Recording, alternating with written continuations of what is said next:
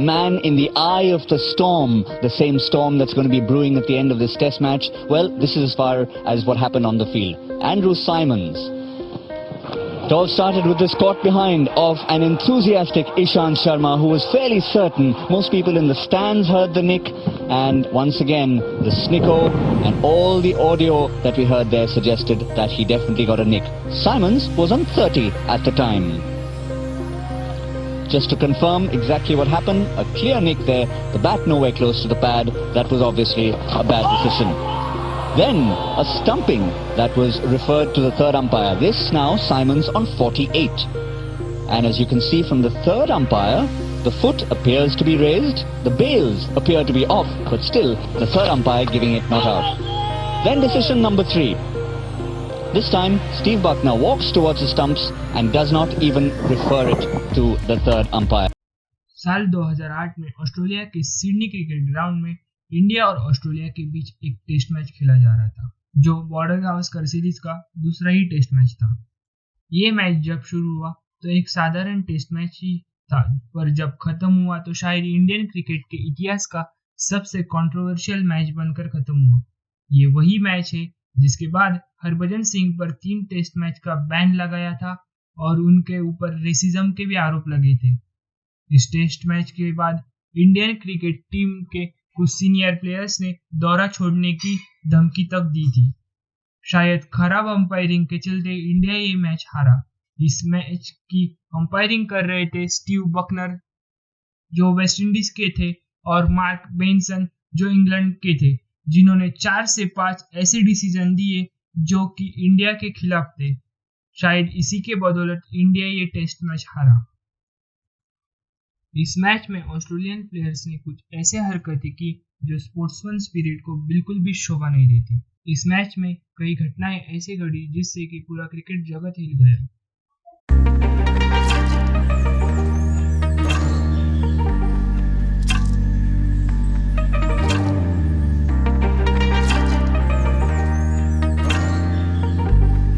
कहानी की शुरुआत होती है सिडनी में। इंडिया मेलबर्न में पहला टेस्ट मैच हारकर दूसरा मैच खेलने सिडनी पहुंचा था। जनवरी 2008 मैच का पहला दिन था। ऑस्ट्रेलिया ने टॉस जीतकर बैटिंग का फैसला किया। पहले दिन की शुरुआत में ऑस्ट्रेलिया को बड़ा झटका लगा। उनके ओपनर फिल जैक्स 0 पर आउट हुए और ऑस्ट्रेलिया की पारी कोलैप्स हो गई। उनका स्कोर था 136 पर 6 विकेट्स। अब एंड्रू साइमन बैटिंग के लिए आए और आते ही ईशांत शर्मा के गेंद पर कॉट बिहाइंड हो गए, पर अंपायर ने नॉट आउट दिया। फिर एक बार हरभजन की गेंद पर स्टंप आउट हुए, लेकिन स्टीव बकनर ने उसे थर्ड अंपायर को रेफर नहीं किया। और फिर अनिल कुंबले की गेंद पर धोनी ने साइमन को स्टंपिंग की, फिर अंपायर ने उन्हें नॉट आउट करा दिया। इसी के बदौलत दिन के अंत तक ऑस्ट्रेलिया का स्कोर था 376 पर 7 विकेट, जिसमें साइमन का शतक भी शामिल था। जनवरी 3, 2008 दूसरे दिन ऑस्ट्रेलिया को इंडिया ने 463 रन तक रोका। अब इंडिया की बैटिंग की बारी थी। इंडिया ने जैसे ही बैटिंग की शुरुआत की, ब्रेट ली की गेंद पर वसीम जाफर आउट हो गए, जबकि वो नो बॉल था। इसके बाद इंडिया ने अपने पारी को संभाला और दिन के अंत तक इंडिया का स्कोर था 215 पर 3 विकेट, जिसमें लक्ष्मण ने शतक और द्रविड़ ने अर्धशतक जड़ा था। जनवरी 4, 2008 तीसरे दिन गांगुली और तेंदुलकर ने अच्छी बैटिंग की। गांगुली ने अर्धशतक और सचिन ने शतक जड़ा। गांगुली के आउट होने के बाद बैटिंग के लिए आए हरभजन सिंह। फिर सचिन ने हरभजन के साथ मिलकर 8वें विकेट के लिए 100 रनों की पार्टनरशिप की। इसी के बदौलत इंडिया का स्कोर था 532 पर ऑल आउट। लेकिन यहाँ से शुरू हुआ ड्रामा। दिन के अंत में इंडिया को बड़ा झटका लगा। पता चला कि हरभजन को आखिरी दिन के लिए बैन किया गया है और उनके ऊपर रेशियल वेरिफिकेशन के आरोप लगाए गए हैं। जनवरी 5, 2008 चौथे दिन ऑस्ट्रेलिया ने स्लोली अपने बैटिंग की शुरुआत की। हेडन और हस्सी ने ऑस्ट्रेलिया के पारी को संभाला। हेडन शतक जड़कर अनिल कुंबले के गेंद पर आउट हुए और दिन के अंत तक हसी और साइमन क्रीज पर जमे रहे। जनवरी 6, 2008 पांचवा दिन मैच के हिसाब से निर्णायक दिन था। मैच ड्रॉ की तरफ मुड़ रहा था। अपेक्षा के मुताबिक ऑस्ट्रेलिया ने धीमे गति से बैटिंग की शुरुआत की। पांचवें दिन हसी ने शतक और साइमन ने अर्धशतक जड़ा। जब हसी 145 रन पर नाबाद थे, तब ऑस्ट्रेलिया ने 407 रन पर 7 विकेट पे अपनी पारी को डिक्लेयर किया। अब इंडिया को जीतने के लिए 333 रन बनाने थे और ऑस्ट्रेलिया को 72 ओवर में 10 विकेट चाहिए थे।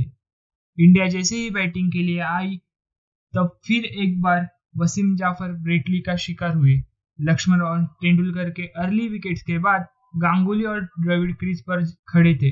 साइमन के बॉलिंग पर द्रविड़ को कॉट बिहाइंड आउट दिया गया और गिलक्रिस्ट ने उनका कैच पकड़ा, जबकि बॉल पैड पर लग कर गई थी। जो गिलक्रिस्ट अपने फेयर प्ले के लिए जाते थे, उन्होंने भी अपील की थी और रिप्ले में साफ दिख रहा था कि बल्ले और गेंद का कोई संपर्क नहीं हुआ। फिर भी द्रविड़ को आउट दे दिया। मैच आगे बढ़ रहा था, तभी गांगुली ने अर्धशतक जड़ा और वह स्लिप में कैच आउट हो गए, जबकि रिप्ले में साफ दिख रहा था कि बॉल जमीन पर छूकर उठाई गई है। गांगुली के आउट होने के बाद धोनी और कुंबले बैटिंग कर रहे थे, तभी अचानक धोनी आउट हो गए।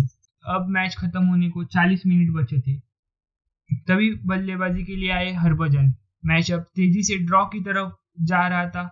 इंडिया को जीत के लिए 20 ओवर में 122 रन बनाने थे और 3 विकेट हाथ में थे। तभी पॉन्टिंग ने अचानक क्लर्क के हाथ में गेंद थमा दी और क्लर्क ने 1 ओवर में 3 विकेट लिए और ऑस्ट्रेलिया 122 रन से मैच जीत गया और खराब अंपायरिंग के चलते ऑस्ट्रेलिया ये मैच जीता। इस मैच में जितने भी कंट्रोवर्शियल डिसीजन थे, वह ऑस्ट्रेलियन ब्रॉडकास्टर नहीं दिखाए रहे थे, जबकि इंडिया में लोग उनके रिप्लेस बार बार देख रहे थे।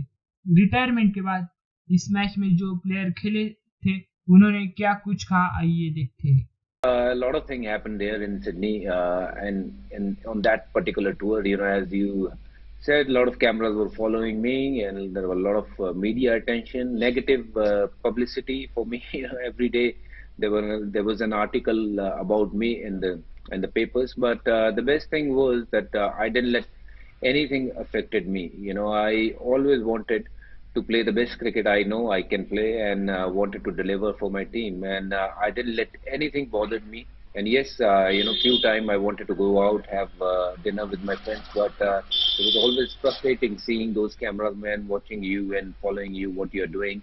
And I was very close to Andrew at that time, and I made it clear to him that it was a very simple question. I asked him if he felt like he was racially vilified, and it wasn't about racial vilification for Andrew. It was about a lot of other things, and now's not the right time to get into that, but because of that answer, I made it clear to him that I didn't think he should have continued on with it. It should have ended right there. Sometimes it's important to let the world know what the true fact is. Although I can guarantee you, the Monkey Gate story will not have its true picture in the book, because only Sardar Ji will know what Harbhajan tried to say. Match खत्म होने के बाद शाम को हरभजन और Simon के बीच conflict की earring शुरू हुई, जो 6 से 7 घंटे तक चली और रात को 2 बजे ये खबर आई कि हरभजन पर रेसिज्म के चलते 3 टेस्ट मैच का बैन लगा है। दूसरे दिन इंडिया को कैनबरा में एक प्रैक्टिस मैच खेलना था, लेकिन इंडियन प्लेयर्स ने बस में बैठने से इनकार कर दिया। तब इंडिया के सीनियर प्लेयर्स ने, जैसे गांगुली, लक्ष्मण, कुंबले, तेंदुलकर और द्रविड़ ने मिलकर फैसला किया कि वह सीरीज छोड़ रहे हैं। उन्होंने बीसीसीआई और मैनेजर चेतन चौहान को फोन करके यह बात बताई और प्लेयर्स बस से उतर गए। इस बात से क्रिकेट ऑस्ट्रेलिया हिल गया और आईसीसी ने दबाव में आकर एक अपील कमिश्नर को लगाया। उन्होंने हरभजन को क्लीन चिट दे दी और इंडिया ने अगला टेस्ट मैच भी जीता। उसके बाद पीटर रॉबरी नाम के एक पत्रकार थे, उन्होंने एक कॉलम लिखा था जिसमें उन्होंने पॉन्टिंग के बारे में लिखा कि they are leading a pack of wolves, जो जीत के लिए कुछ भी कर सकते हैं। और धीरे धीरे ऑस्ट्रेलियन फैंस ने भी इस बात को माना कि इंडिया के साथ बेईमानी हुई थी। इस टेस्ट मैच से दुनिया ने बहुत सी चीजें देखी। दुनिया ने ऑस्ट्रेलियन क्रिकेट टीम की एक अलग साइड देखी और इंडियन टीम की यूनिटी भी देखी। We all make mistakes, so with the time you learn about life and things which you regret later on. I shouldn't have done that, but I'm not someone who like a god, I'm a human. People make mistakes. I must have made mistakes, and I'm sure I'm learned from my mistake.